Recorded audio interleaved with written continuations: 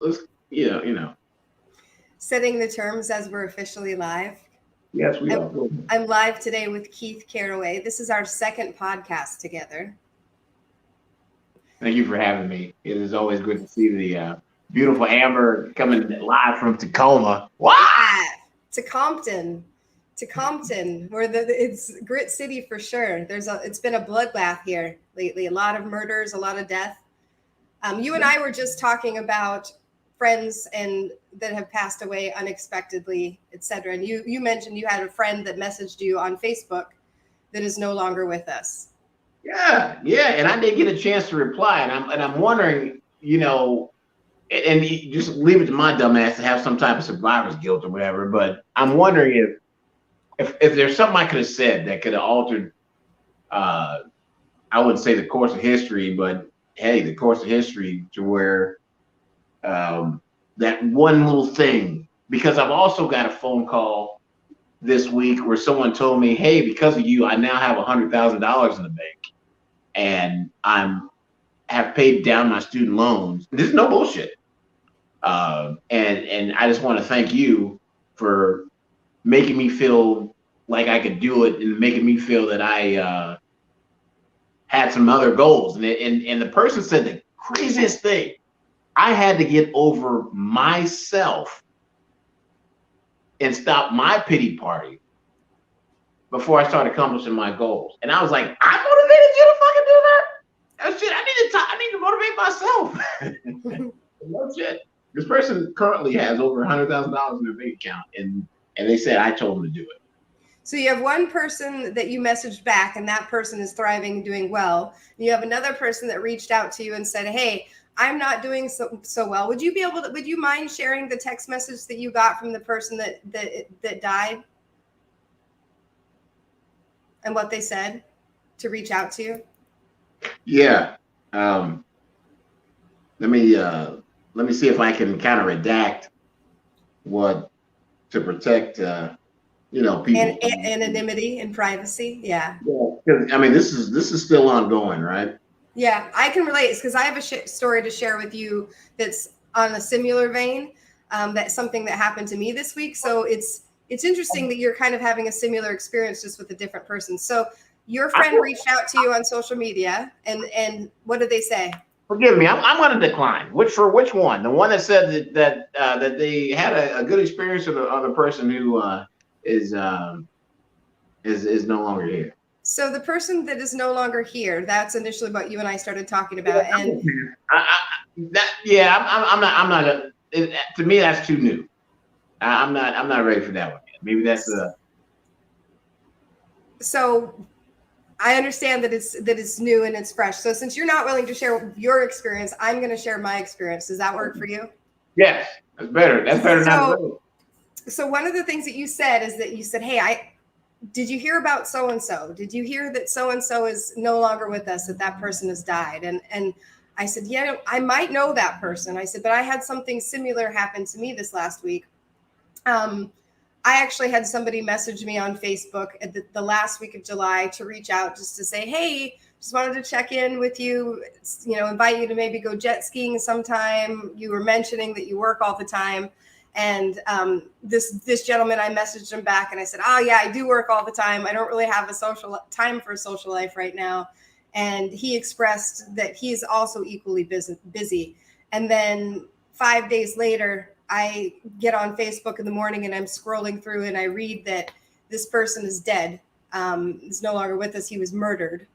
And so on top of them not being here, that person is no longer here because they were murdered. And like it's one of those things where you're scrolling through in disbelief and you're like, "Oh my gosh, like how is this possible? Like, is it real?" And then you're realizing that, yeah, the person is definitely no longer with us anymore. And then sitting in that moment where you're having all of the regret of, "I wish I would have said something differently," or "I wish I would have made time," and all of those things. And you, interestingly enough, when I first started talking with you today, you're like, "Hey, I had this experience," and now you don't want to talk about it anymore.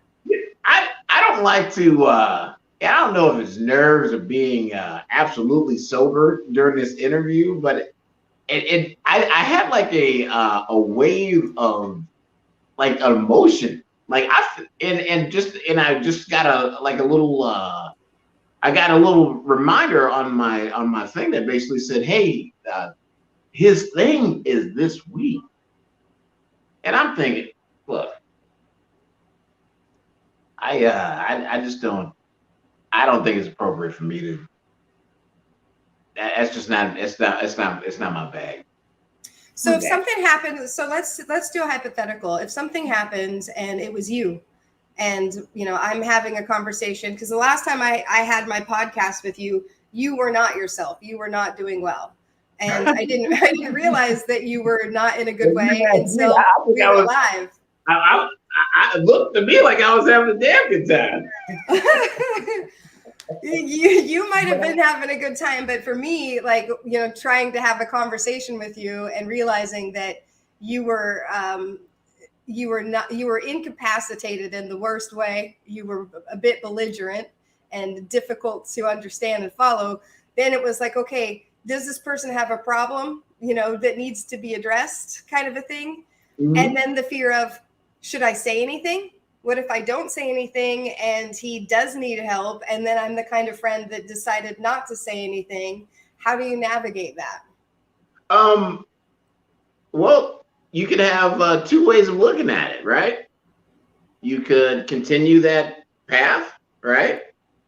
But I love, now me, I was having a great day, right? Let's just call it what it was. And I schedule great days in my schedule. I try not to have a non-stupid day. You can't be stupid in non-stupid zones, right? So I have stupid zones in my schedule that you can be stupid today. You can be stupid today. However, people who don't have that moment of self-actualization and know their weaknesses, I don't highly encourage living the way I do, because you got to know when it's time to cut the lights out and vacuum the place up and leave it better than you found it. A lot of friends and a lot of people that I know can't wrap that cord up and put that vacuum cleaner away and call it even. Now, I have a lot of just one more time type buddies, or how about another drink for the road type buddies. And then, hell, it's been 20 years and they're still drinking, or worse, right? So you mentioned that you have scheduled time to act a fool. Basically, you schedule that time, and it's deliberate and it's organized and it's neat. And it might. Did you plan on, when we had our first podcast, did you say to yourself, I think I'm going to show up to Amber's podcast and I'm going to be so incapacitated because I'm having so much fun that I can't even keep and carry on a straight conversation? Did you plan that? First off, I apologize. I don't think I've apologized, but I am sorry. You have totally. You've apologized a lot.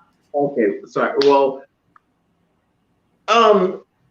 there was a situation that happened prior, like maybe 30 minutes prior, and it had nothing to do with the podcast, right? And I let that situation overshadow what I was supposed to be doing. And I got so mad that I engulfed myself in that situation. And then it was, oh shit, what time is it again? Because you're in Washington and I'm in the other Washington, in DC. So what happened is I'm not the best person at doing math in public or at night or when all my brain cells aren't working, right? So all three of those things were working against me when I found out what time it was. And then it was straight up panic mode. I had like 15 minutes to get my stuff together. And I didn't have the capacity. I was actually, and what I thought it looked like versus what it looked like was the reason I'm here today. Did you have people reach out to you in concern? Did you have friends reach out and say, "Hey, Keith, what the heck"? Oh, it got to my mom. Your mom. What did your mom say? Wanda Caraway hit me up. He was like, don't you make me come out there to Washington, D.C. and straighten you up, boy. You know, my mom, you know, and hey, you know, I'm a lot of things to a lot of people too. You know, Well, you're entertaining. Well, yes, but at the end of the day, I'm a dad. I'm a brother. I'm somebody's kid. I carry somebody's name. I'm not a, I'm a Caraway. So how I conduct myself, and that's just the things that are inherently mine. I'm also a CEO. I'm a person that works for certain other places, and that, you know. So I got people that are I got people that are counting on me. So, and hell, I might even have to count on myself. So in other words, you're representing yourself and a lot of other people that care and love you. Yeah. I think that's fair. So how do you want people to see you? Do you want them to see you as the party Keith Caraway, who's always down for a good time? Or do you want them to see you as, you know, like, how do you want to be seen by the people that you love? That list is getting smaller and smaller by the day. What list? The people that know and love you? Oh man, the people don't be like me. I've always said that. Don't be like me. But I'm just saying that I don't care. I want everything that everybody's right? The Keith you saw that day is Keith. The Keith you see today is Keith. You might find me at the White House, or you might find me scrapping in the alley in Baltimore. But whichever Keith you see, that's the realest Keith you ever seen in your life. I'm telling you. To answer your question though, how do I want to be seen? I don't give a shit. They're gonna talk about you anyway. Just do the damn thing. You know, I don't care. I really don't.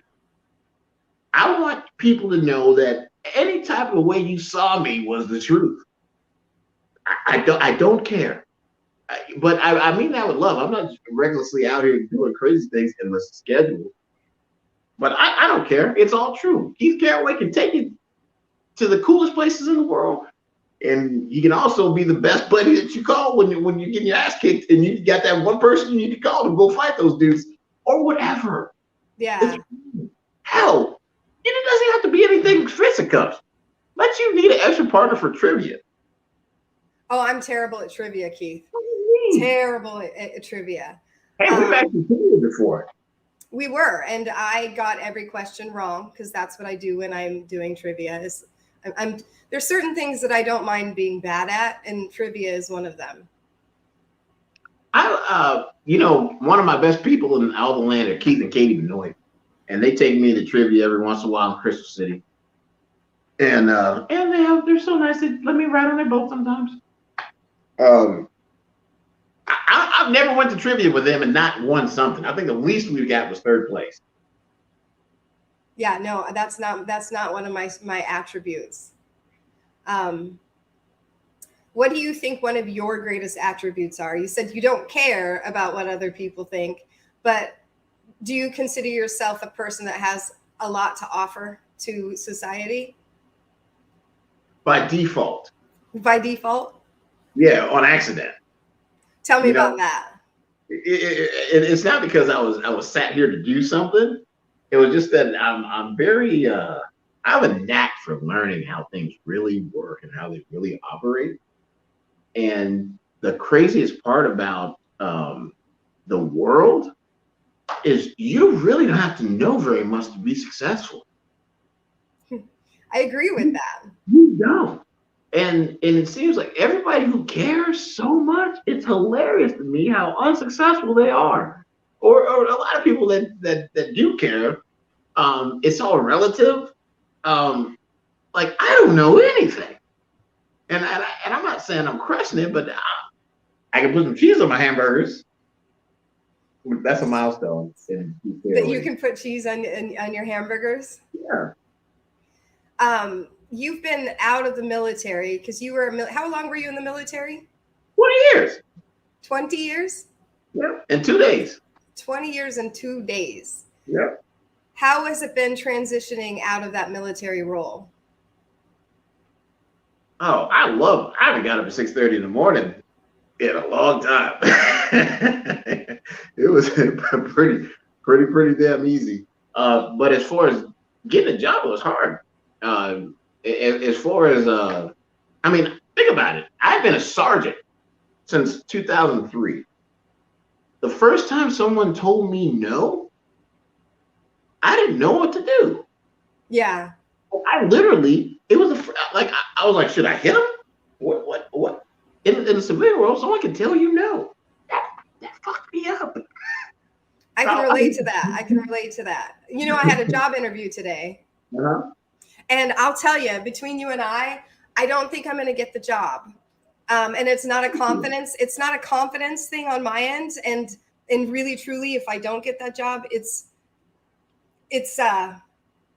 going to make me sad on some level because I've been researching the company. I'm like, oh, I like this company. This company is great.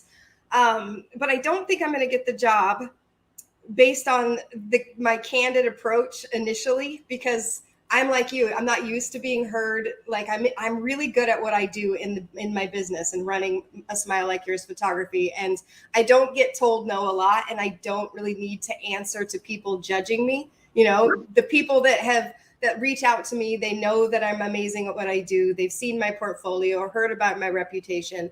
But for me to step out of my comfort zone and basically, you know, try to convince somebody in a completely unrelated field that I would be a good fit for their company, I don't really know if I was good at that today, you know, as far as like selling myself, because I'm not used to needing to. Usually, like you and you're a sergeant, people respect you right off the bat, right? Like they're like, he's got that badge, you know, like, so when people come into a Smile Like Yours photography, they respect me.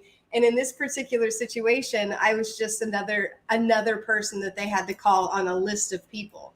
So there is the cool part, no title. And I hopefully I'm not interrupting you, but you actually know 2 people who own a production company. You and David. And we love to have new talent. So this may not be a bad story at all. So if you don't get that job, I know how great you are. And so I got a job offer just like that. I love that. That's how the world works. One door closes, another door opens. I guess that's just it, is that I know that with my personality and charisma that I have a lot to offer. But trying to get those things to equate and then, you know, needing to prove myself again, that seems a bit daunting. Did you feel like that when you were interviewing for jobs yourself? Yeah, but I love that. Oh, there's nothing I love better than someone who thinks that I can't hack it or I can't. Oh, tell me I can't. That's a fucking first thing on my goddamn list. I suck at pool. You know, every day I play a game of pool by myself just so I can be better than these assholes that I live with. Every day, for no reason. I don't even like pool. You just want to beat your competition. What's up? You just want to beat your competition. No, because the world is easy. All you got to do is try and put some effort into anything, and you can do it. Do you think that that's why some people do drugs and alcohol? It's because life is too easy? No, I think some people do drugs and alcohol because they like the feeling of euphoria, or they like the feeling of just the door behind the next door, or they who knows why they do it, but it's just something different. It's almost like a person who I don't know. Who knows why people do things? I mean, there's people who play chicken with semi trucks. What made you decide to be inebriated during our podcast that first time? Was it because you were wanting more of a party atmosphere? No, Was it nerves? I actually lost track of time. It was just the timing. Yeah, I thought that I would have been good. I thought I had 3 more hours. To tell the truth. But you're And 3 hours ahead of me. right. That's how awesome I was. And, but I did, I was on the, and plus I had just traveled as well. So I was on the West Coast. So that's when you travel back and forth across, you forget where you are. And when you are having such a great day, you forget where you are. And hey, I apologize. You accept it. We got to let that shit go later. Oh, you know what? When I bring it up, it's not because I don't accept your apology. When I bring it up, it's specifically because I'm curious. I'm a curious person, and I was curious as far as, why you made the choice in the first place. And then you already know that I was concerned about you overall because I reached out to you in private messenger to say, hey, you're okay. Are you okay? I'm worried about you. And other people reached out. So I totally get that. But for me, I'm interested about why people make the choices that they make and how that influences who they are as a person. Well, I think you give me too much credit. Maybe. I think you're assuming that there's thought involved.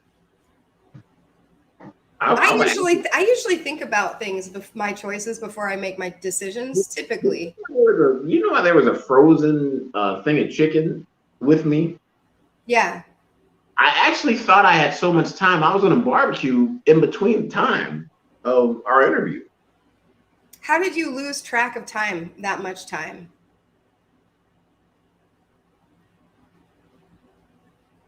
I'm an idiot, or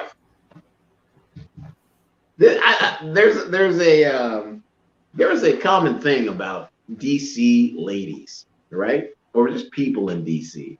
People like to make their problems your problems, almost like their issues in life are more important than your issue in life. And there was a particular person who had some friends over who decided that it's my problem that her friends would like barbecue. And in the process of me listening to bap, bap, bap, bap, bap, bap, bap, some brain cells were killed, and next thing you know, I'm literally I'm getting yelled at for not having chicken done. It just was. It's a stupid story, and it's all my fault. I should have just said, "Shut up! I'm having an interview," and I just didn't because I'm an idiot, and it's all my fault. No, unapologetically, I just made up some bad calls and then manifested in your interview. It could be that maybe you're a people pleaser because you were trying to be a good friend to that person instead of you're an idiot, I don't know.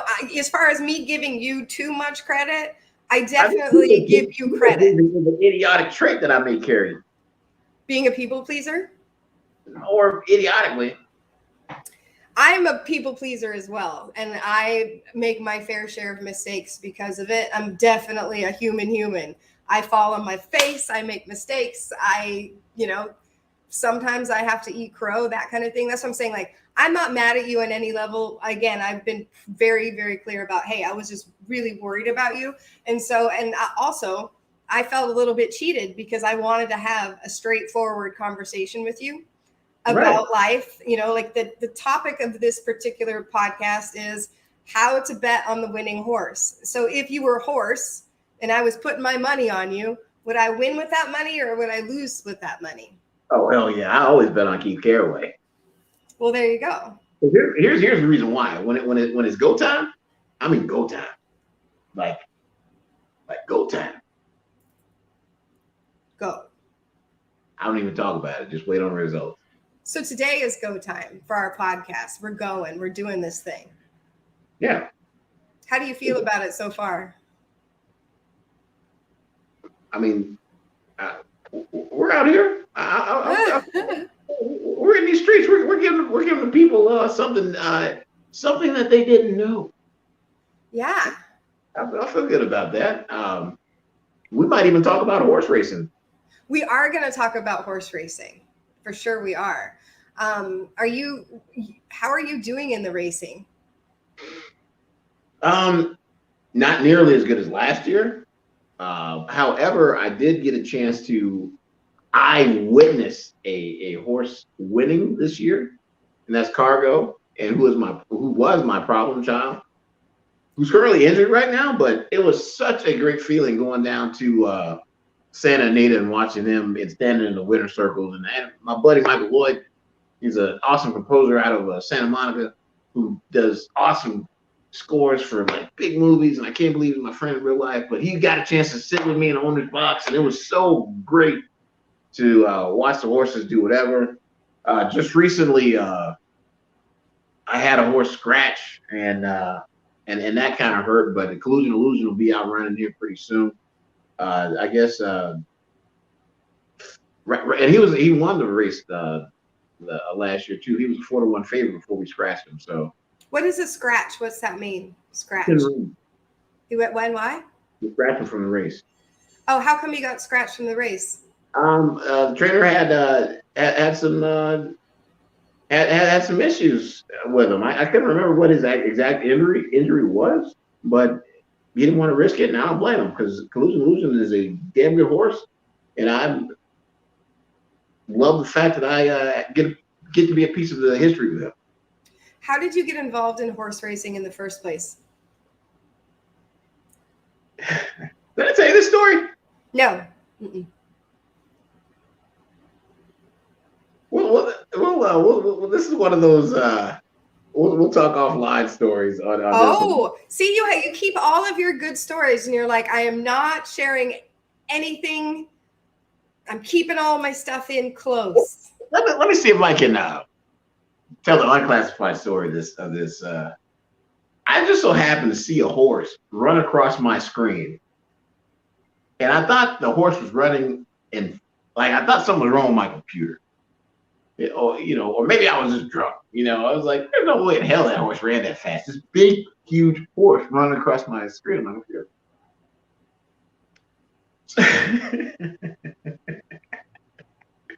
So I tell this girl to stop, right? I don't want to tell the story. But anyway, so I tell this girl to stop. I'm like, hey, time. What the hell just happened? What the hell just happened on that computer screen right now? And no shit, it was Authentic. Authentic had ran that fast past just no bullshit. This horse had ran that fast past my computer screen, and I was like, I gotta buy that horse. And then I didn't think nothing of it. I was like, I'm just drunk, right?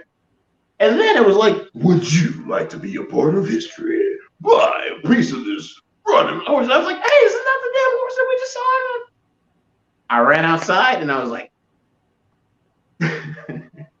So you basically saw an infomercial for a horse on your computer, an ad that came across your computer screen, and you thought to yourself in your drunkenness, I need to buy a horse. Yeah. So are you somebody with expendable income then? No.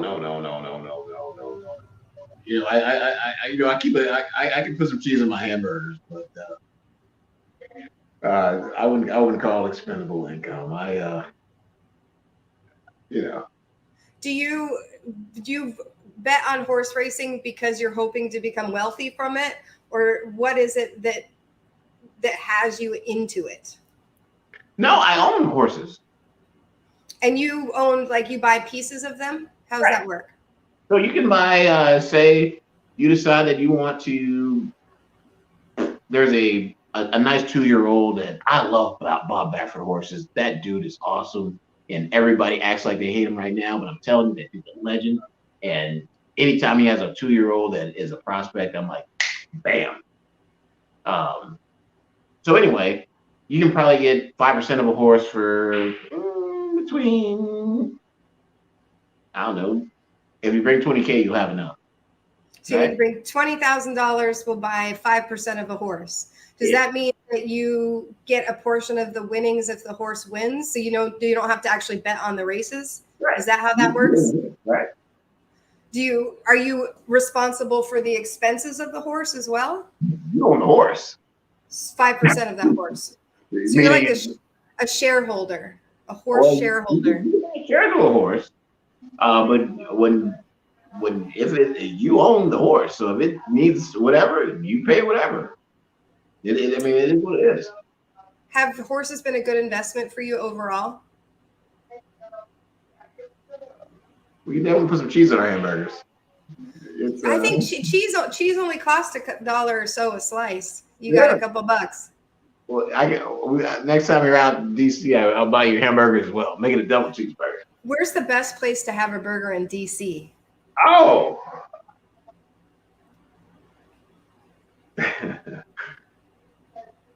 Joe's Steak and Chops.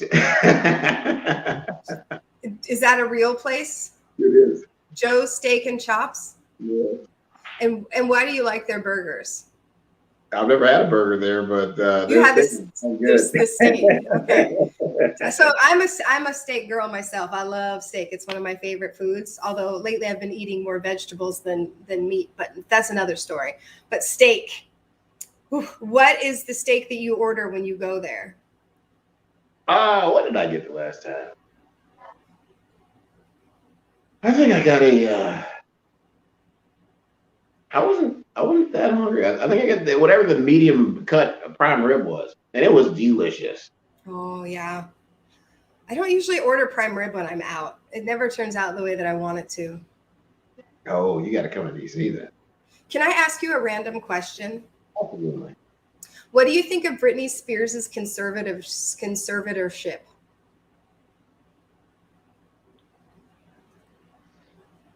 So, you know the reason why I like Britney Spears? No? Tell me, why do you like Britney Spears? She gives you a warning before she's about to do some crazy stuff, and nobody listens. Do you think she's crazy? No. I think everybody has a propensity to be crazy. It's just that people don't know when to let up from people. You know, it's just like people just want to just keep pressing. And then when you go all Britney on them, right? How long has it been since Britney has shown any crazy behavior? Are you following her on Instagram at all? I'm sorry. I'm a Taylor Swift kind of guy. Oh, I love Taylor Swift. I am okay. So just so you know, I just recently started following Britney Spears because I was curious to see if she's crazy. But I don't follow Taylor Swift, even though I really love her after watching her documentary. Did you see her documentary, Taylor Swift's? I'm sorry I missed it. Well, you did. You should be sorry because it's a great documentary. You talk about motivation and inspiration. I watched her documentary and I cried my eyes out because I was like, I know what it feels like to be alone.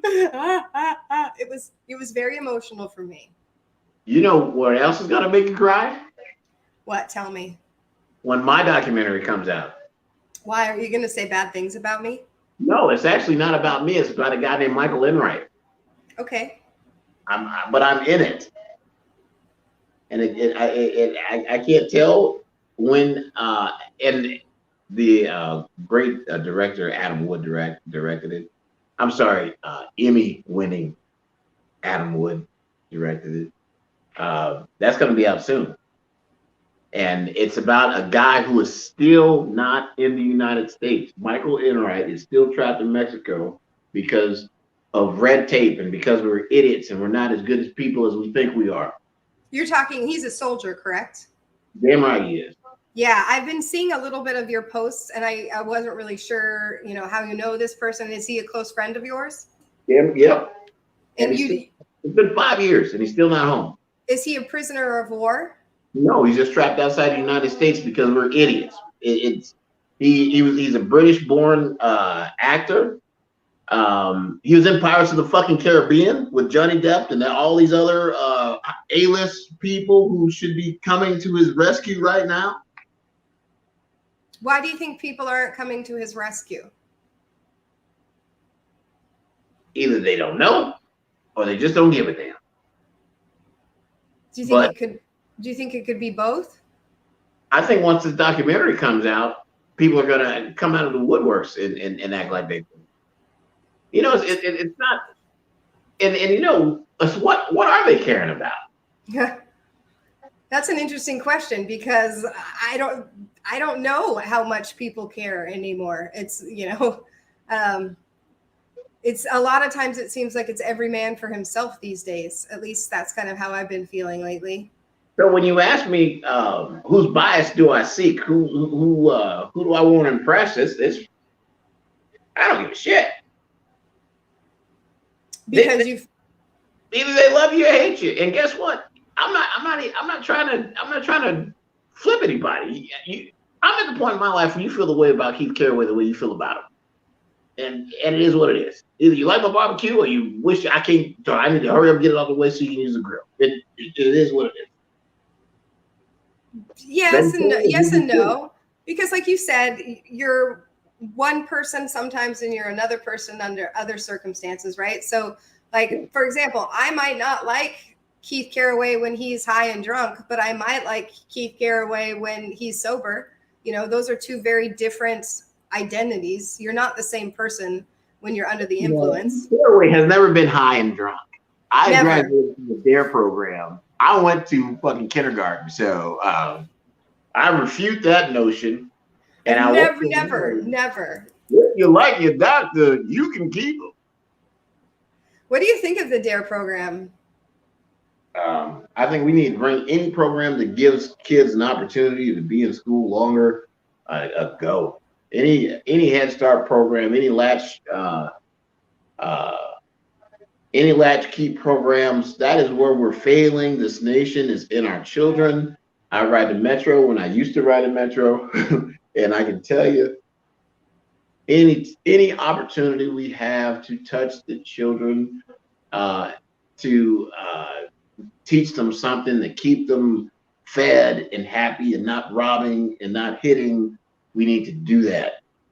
Because I swear, I walk these DC streets sometimes. I have a scooter, so I scoot on these DC streets sometimes. And I can tell you, some of these people, I can look at you right now and tell you, you don't have a chance, homie.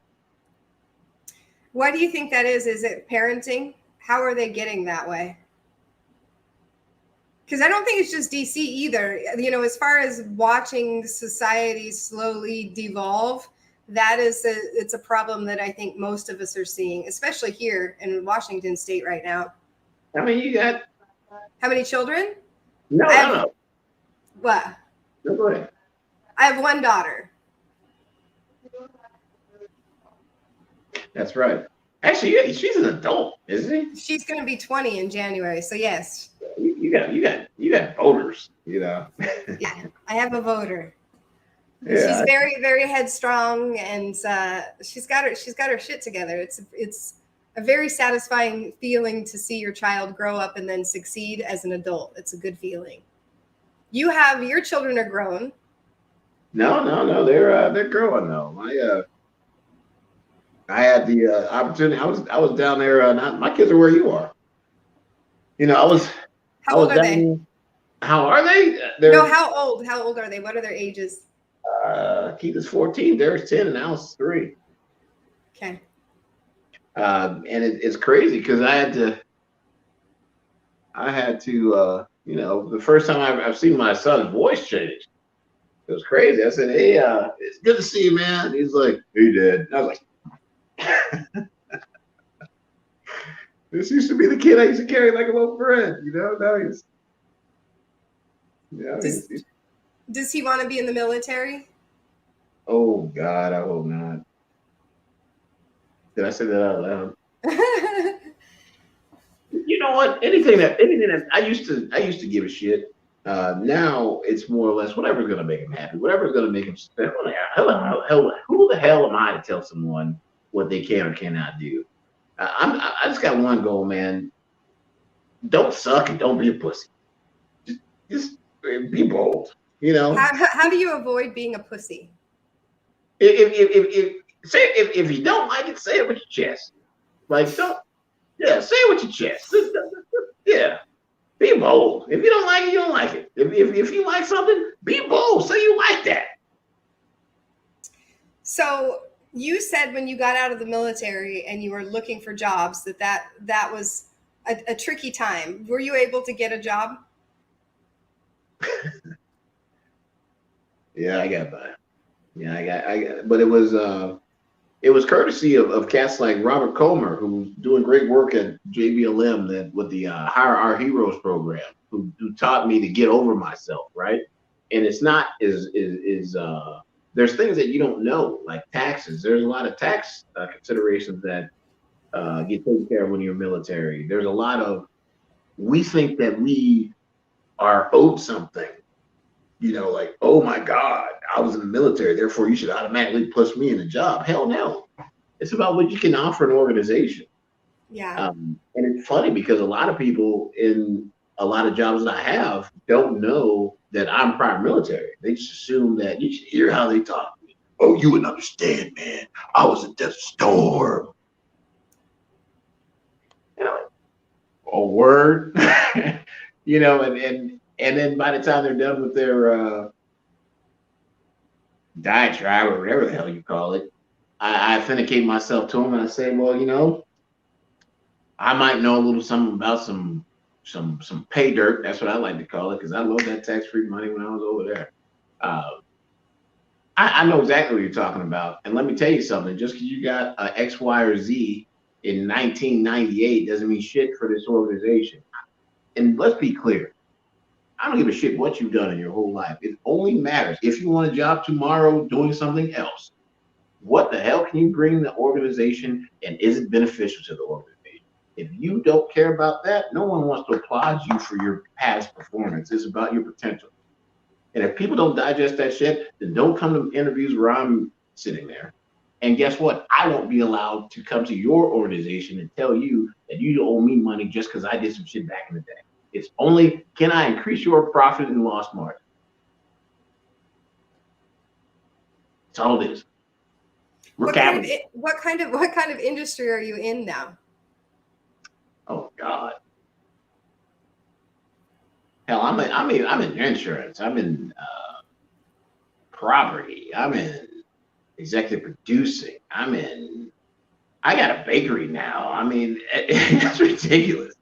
I'm in. It's all over. There's nothing that I won't do. Oh, really?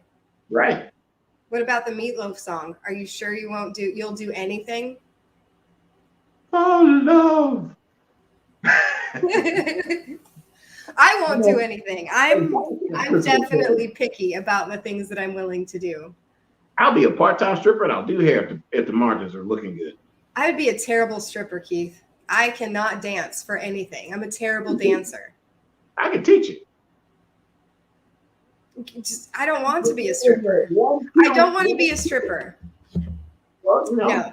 You brought it up. I really love talking to people and I love engaging with people. I like bouncing around and being able to use my energy. See? I like performing too. Are you still doing stand-up comedy? Not so much. I don't like wearing masks. What does that mean? We have to wear masks in DC. You guys aren't wearing masks?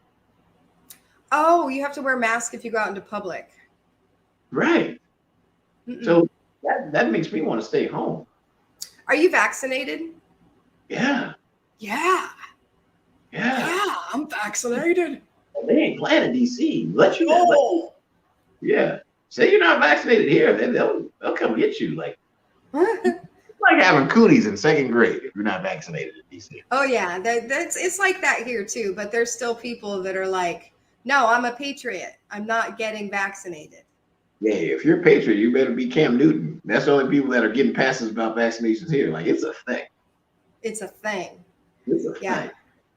So I spoke with one other person that's from DC, and they told me that Washington, DC is really big on image and how much money you're making. Like people that person kind of made it seem like it's a bit cold and shallow. Do you feel that way? Never really thought about it. I think it's just all who you hang around with. I hang around with people who are just trying to put cheese on their hamburgers, If you hang around people that are trying to get the most recent caviars and the you know what else I'm doing? What? No, I would. DC is it depends. If you want to be in those circles, you can be in those circles. With me, I don't give a shit. People know me. It's to the point I don't even like to tell people my name. I just like, what's your name, man? I don't care. I don't, because everybody was worried about that shit. You know, when I first started doing comedy, I actually thought I wanted to be like famous or something. But that's changed now. You don't want to be famous anymore. Money. I will not say a word, but I will actually prop somebody up to let them have the fame. So I just give me the check. So you'd rather have money versus fame? Generating revenue is what it's all about. Fame, hell, I think you get fame on accident. Hell, the David Johnson Show episode that we did got 58,000 views. Is he paying to boost his? Obviously paying to boost his post too. No, I mean we had a great mentor from LinkedIn, the vice president. I can't say that, but we had some great mentors. I just had to be at his house, and the guy calls and he's like, "Dude, I love your work," and I was like, "Shut up!" And we had an opportunity to get mentored by this guy, and he was like, "Do not buy likes. You will totally mess up the e-commerce piece of it, right? Your data analytics piece, right? So when I say e-commerce, I'm going to start selling my branding pieces like scarves and things of that nature, right? If you pad your numbers, you don't have a true indicator on who truly likes your shit. So what'll happen is you'll do advertising in things in areas where you don't need to be because, right? So in other words, vanity followers are a complete waste. I mean, 1% of everyone will buy your merchandise. They just do. But I don't care about a payday. I'm a stream kind of guy. You're a what? I'm a stream kind of guy. I don't want a payday. That's somebody else's business model. I don't want to pay. I don't want to pay that. This is coming from the guy that literally just said a minute ago, I will shut my mouth and say nothing again as long as you give me the money. That indicates you do want a payday. A stream of income. A stream. So you like multiple streams of income. No, I want a steady stream. I don't want a $500 check today. I want a $500 check on this date every month for ever. Yeah. That's why I do things with streams. What are you doing to create passive income currently?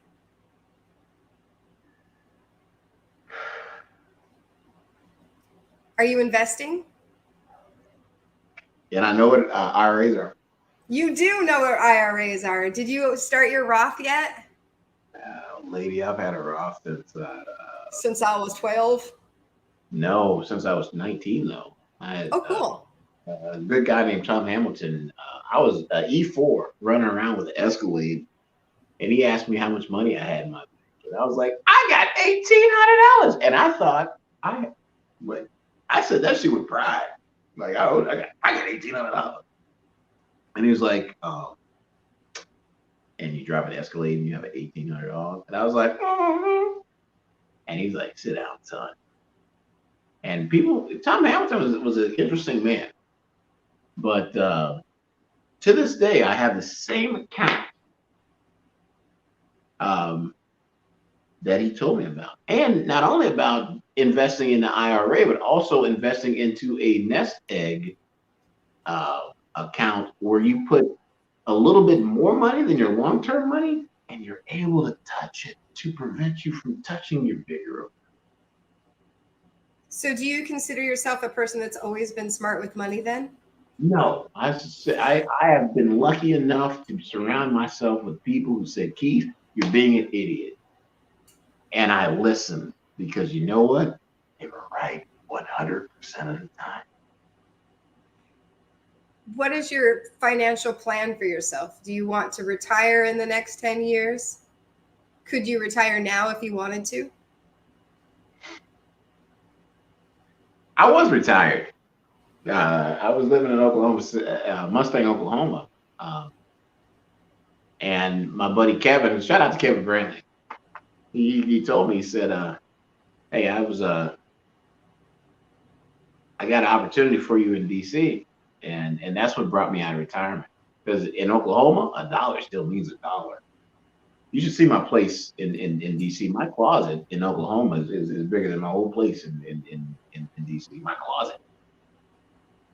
So the cost of living is substantially different between places. Well, you don't use things in DC like you What do. brought you to DC? Why are you there?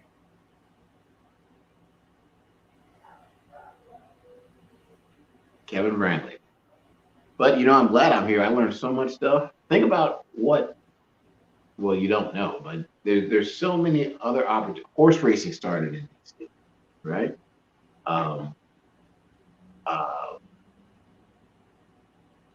Businesses started in DC. Sweet Caroline from Green Island Bakery started in DC. Think about everything that I am now. Started in DC. So you mentioned a gentleman named Kevin? Yes. And he's the first person you said when I asked you about that. Tell me about Kevin. Who is Kevin?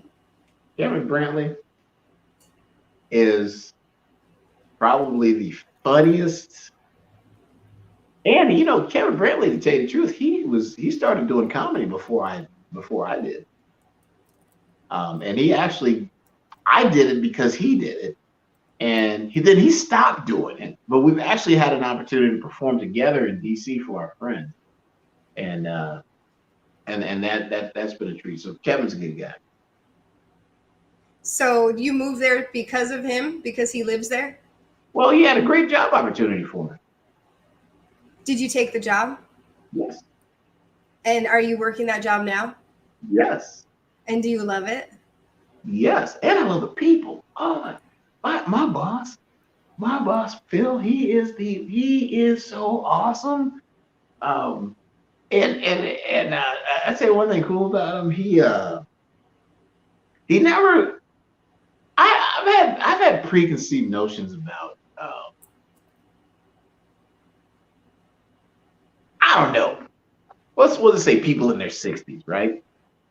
He's dispelled every notion that I've ever had about. Like, I always thought, like, if I was 60, I'd probably just call it. Like, who wants to be 60? He makes 60 cool. I want to be like that guy when I grew up. How old are you now? I'm 40. Oh, I'm older than you. Oh. I know it. What the heck? Keith, I'm aging. But aging beautifully. Well, thank you. And speaking of time, I have to go haul ass. So you have... It's time. This is the end of our podcast. It's okay. It's okay. Parting is sweet sorrow. Yes. I'll survive. As long as I know how to love that. Something. Whatever. But that was my... I love karaoke, and I feel like I haven't had the opportunity to do that lately. But anyway, last question. So, my friends, your last question. Why did you want to be on this podcast? Because I really wanted to answer some of the questions that you had. And I'm glad that I got an opportunity to actually answer your questions. I love your platform. I love everything that you're doing. You're the guests that you have. You always bring another dimension of something that there's something you didn't know, right? And the last time that I was on your podcast, I didn't take full advantage of that opportunity. And I got a chance to have that moment of self-actualization. And you know what? It's never too late to fix shit. If you mess up, just say, you know what? Damn it. I did that. Own it. It's nobody's fault. Own it. Yeah, I did fuck up. But hopefully I got an opportunity to remedy some of those some of those wrongs and answer some questions. You did. You, first of all, you remedied yourself.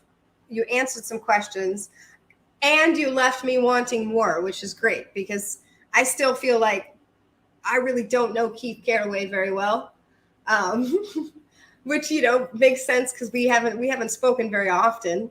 I don't know what you do for a living, what industry you're in. I do know that you motivate people and people respect you. I know that you're connected with David Johnson, who is doing really well in his podcast. He's going on his 3rd season right now, correct? Yes, we are. That's amazing. I actually know his executive producer. You do. Oh, you are his executive producer. That's amazing. What does an executive producer do before you go? Oh, he makes sure that the train stays on the track. So what happens is, and you'll see it if you ever come on the set, or you talk to anybody who's been on the set, there is a whole lot of things that happen. It's almost like a time flow, right? So you'll have the goal is time is what it is, right? You're the timekeeper. You're also the person that makes sure that the bathrooms aren't clogged, that there's food, that all the guests have arrived, that someone isn't missing late, or we didn't run over on time, or dinner set up. I mean, you make sure that everything goes right so we can have a good production. And you're checking on David, right? You're making sure that, because we are going bam, bam, bam, bam, bam. And you make sure that the train stays on the track. And at the end of the day, you start at the end. A good production is if we do X, Y, or Z. And a good executive producer, at the end of the production, you look back on everyone standing there, and when you say that's a wrap, you feel good about it. I gotcha. Or that's what I do. So what's going to happen with the David Johnson show in the next 6 months? We shoot season 3, I think on the 22nd, so I'll be back in Phoenix, working that out. We'll have a host of guests. We'll play out the rest of season 2. We'll start e-commerce. We have that's where I get my scarves out and and also watch out for our brand. We're also going to do some more podcasts, but not the way you're thinking. You know how you have the show? I'm talking podcasts, like self-help kind of deals.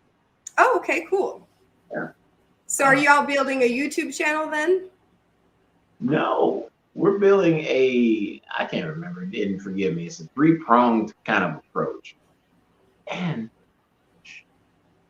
we're actually doing another thing, Fortis Life Insurance. Okay. We've been talking about death, and I'm over on time, and everybody over here is mad at me because we're supposed to be eating right now. But I'm tired of everyone having to have a GoFundMe there's an issue coming up, right? Yeah. So what we're going to do is offer an opportunity, for life insurance. So you can at least have that peace of mind if it's $20 a month or $30 a month for your loved ones, to not have to beg on Facebook for money. Yeah. And if your loved ones are worth $30 a month for a peace of mind, then fine, we can keep doing whatever. But for the people who do give a shit about making other people look crazy past their existence, I think our product's going to be good for them. Well, I'm definitely following what y'all are doing. I'm excited to see your brand expand and the continued success for the podcast, which I've been listening to, and it's on point, polished, professional. You all are putting together a great show. I'm grateful for your time today. I appreciate you agreeing to stay over a little bit today. I look forward to keeping in touch, and I hope you have a beautiful day. Hey, God bless you. And when I say I love you, I mean it. Oh, I know that. I love you too. Bye, sweetheart. Bye. Bye.